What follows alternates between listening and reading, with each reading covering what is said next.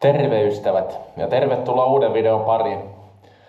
Nyt on tehty pari viikkoa tänne kellariin puuverstasta ja nyt alkaisi olemaan valmis, niin lähdetäänpä katsomaan videokoosteen merkeissä millainen urakka tää oli. Ja pahoittelut tässä vaiheessa, noin katon LED-valot välkkyy videolla aika paljon, että löysin kamerasta oikean asetuksen vasta tähän introvideoon, mutta palataanhan tuossa videon loppupuolella uudestaan.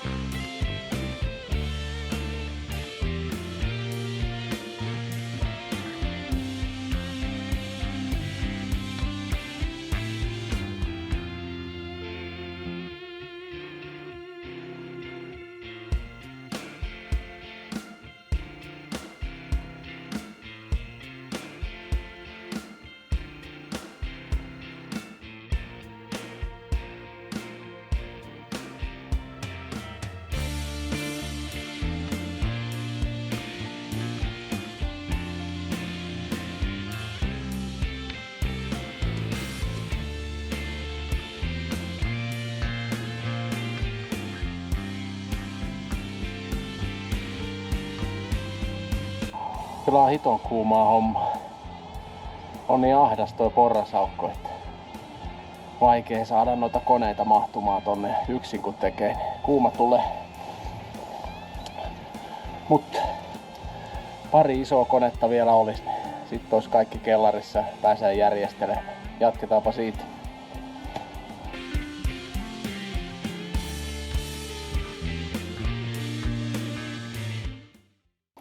Mutta nyt on suurimmat tuotu tänne pöytäsirkkeliä. En lähtenyt tuomaan A, koska laiskottaa. B, mä tarvitsen sitä tuolla ulkona varmaan, niin hommaan tänne kellariin sitten erillisen sirkkelin. Ja teen semmosen työpöydän, niin laitan sen siihen sitten kiinni. Pahoittelut, täällä varmaan ääni kaikuu, kun on tällainen matala ja kovia pintoja paljon. Nyt jos kone tossa, niin mä rupeen kasaamaan niitä ja vähän sommittelemaan niitä omille paikoille. Niin sitten pitää varmaan sähkötöitä tehdä jonkun verran, pistorasioita laitella ja erillisvalaistuksia ehkä ja sen semmoista.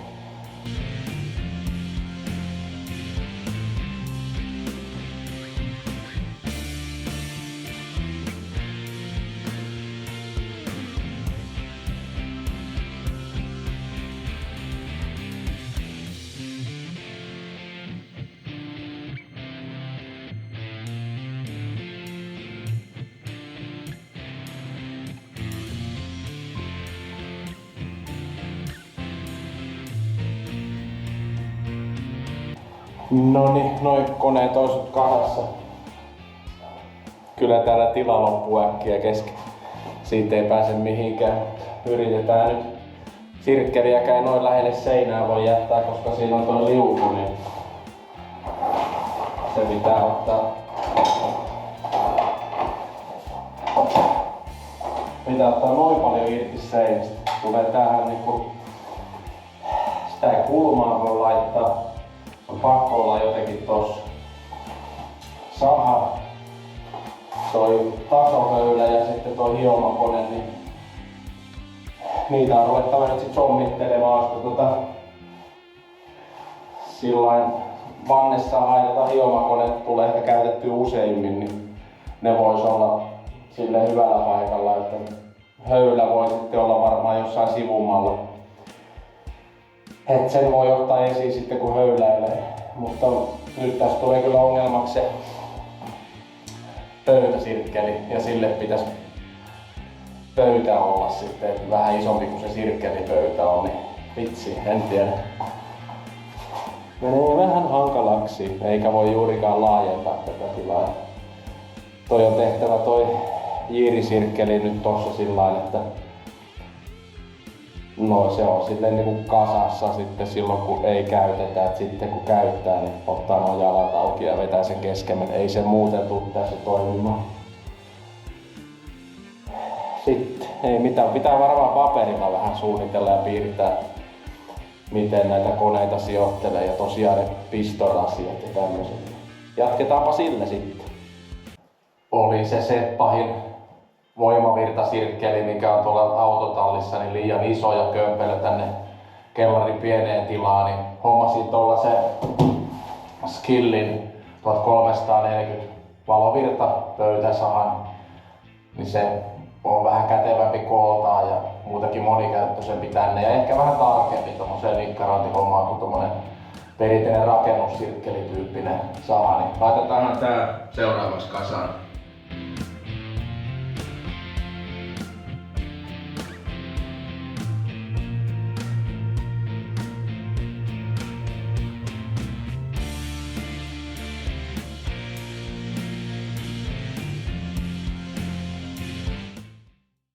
Sitten tehdään seuraavaksi työpöytä tonne kellariin. Tavara löytyy perinteisesti saunan takaa mitä on. On vähän värivikasta sun muuta. Nyt on tehtävä silleen, että porrasaukko on niin pieni, niin mä kasaan ton kehikon nyt valmiiksi. Ajattelin rautasulfaatin vetää siihen pintaan, sit se pitää purkaa uudestaan, että se voi kasata tuolla kellarissa, niin lähdetäänpä tekemään.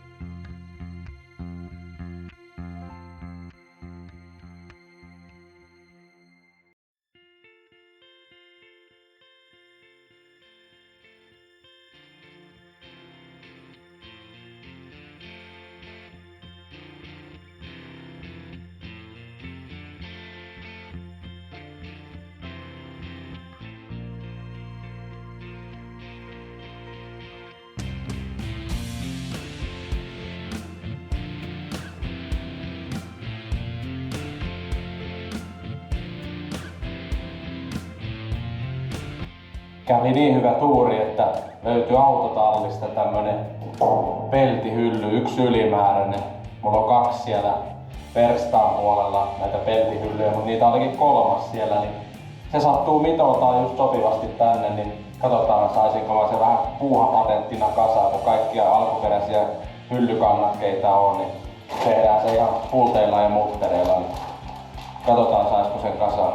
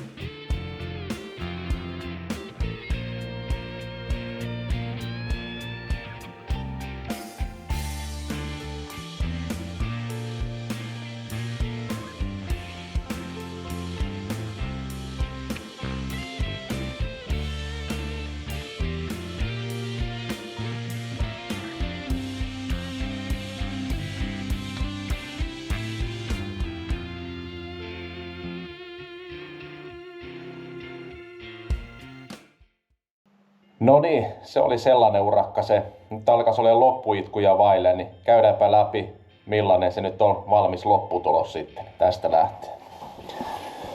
Eli lattia tuli kaksinkertainen epoksi. Ensimmäinen kerros oli ohennettuna ohjeen mukaan ja toinen kerros oli sitten ohentamattomalla. Että lattia en tasoitellut sen enempää. Täällä on nämä vanhat murot löytyy lattiasta, mutta se kuuluu asiaan. Tila oli tällainen, niin kuin muistatte, matala ja aika ahdas, mutta siitä tuli ihan nyt kohtuu kiva, niin lähdetään käymään, mitä tänne nyt on sijoitettu. Imuri on tossa nurkassa, laitoin sen siihen ja työpöydän tein niin kuin videossa näkyy. 28 millinen kansivaneri on taatusti kestävä ja suora. Kestää kyllä niin paljon laittaa kuormaa kuin vaan haluaa. Tollanen alataso, siinä on OSB-levy pinnassa, niin muovilaatikoita pitää ostaa, niin sinne saa kaikkea mahdollista laitettua. Ja pyörät on nyt alle, että saa ihan miten tahansa pyöritettyä tätä pöytää. Saa sitten ton sirkkelin jatkopöydäksen laitettua. Kun alun perin oli ajatuksena, että mä upotan sen sirkkelin tähän pöytään, mutta ajattelin, että on monikäyttöisempi tuo pöytä, kun jätän sirkkelin erikseen. Kaikki koneet on nyt pyörien päällä. Eli aina kun konetta tarvii käyttää, niin se voi vetää tähän keskemmälle lattiaan, niin toimii tää pieni tila silleen paremmin. Siellä on tosiaan tuo tasohöylä nurkassa ja sitten on hiomakone tuon siirtojalustan päällä. Uusi pöytäsirkkeli, se oli se iso rakennussirkkeli liian kolho tänne näin. Niin tällaisen hommasin, niin mä laitan tuohon lopputeksteihin linkin. Tästä on erillinen esittelyvideo, että jos on pöytäsahaa hommaamassa, niin ei ole ollenkaan huono laite. Kattokaa se linkki tuosta videon lopusta. Sitten on vannesaha. Tossa takana näkyy putkiremontti tosiaan meneillä täällä, niin siinä on nuo putkia vielä seinällä. Imuri oli tuon nurkassa. Sitten on kompura ja puruimuri tossa.